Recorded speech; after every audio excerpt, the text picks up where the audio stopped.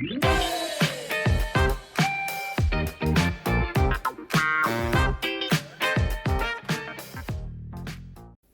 my name is Jeff Gabriel. I am the co-founder and CEO of Saw.com, and we are the leading domain brokerage on the net. Why do I say that? Well, it's quite easy. Each of our 5 brokers, including myself, average over 20 years of sales experience and over 10 years of experience in the domain industry. We're always writing fresh content to help viewers like yourself understand and love the same industry that all of those that work with me at Saw.com have grown to love. Being in the domain industry for over 10 years, I've amassed quite a little bit of a following. I have a lot of people that come to me and ask questions about the industry, about domain names, or anything else in between. And I do my best to try to answer them. And instead of just answering that one particular person, I've made a list of a lot of the questions, and I want to answer each of these questions in 30 seconds or less. And I think that would be really helpful rather than going on these very long and detailed answers that sometimes take way too long. And I want to just get right to the point, tell you the question, tell you the answer, move on to the next one. Here we go.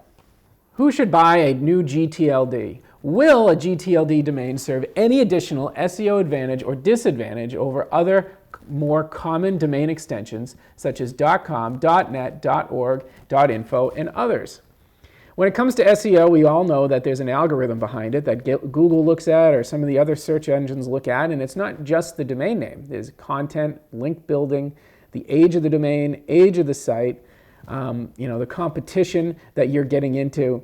You could rank number 1 in a particular category that doesn't really have strong competition. But let's say you wanted to get in the credit card or insurance business. For you to search car insurance and get to number 1, with any domain name, it's going to take a long time, a lot of money, and it's going to take potentially years to get to the top of that. To be able to knock out places like State Farm and Progressive and all of these other companies that have giant SEO teams working to stay at number 1, you're going to have to beat that. That's a very hard position to take.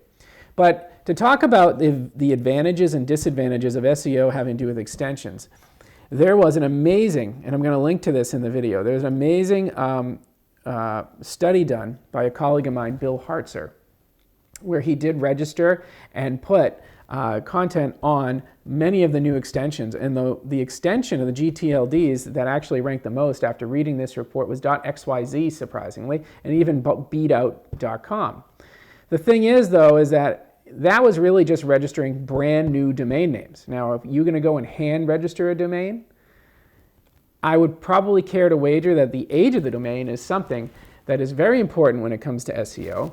And I would suggest that you go to the drop auctions or the expiration auctions that you can find at NameJet or many other places and find yourself a reasonably priced .com, .net, .org, whatever you need for your business that makes sense, that is at least a few years old. And I think that will give you more of a boost than worrying more about the extension. And as I always say, try to take the path of least resistance.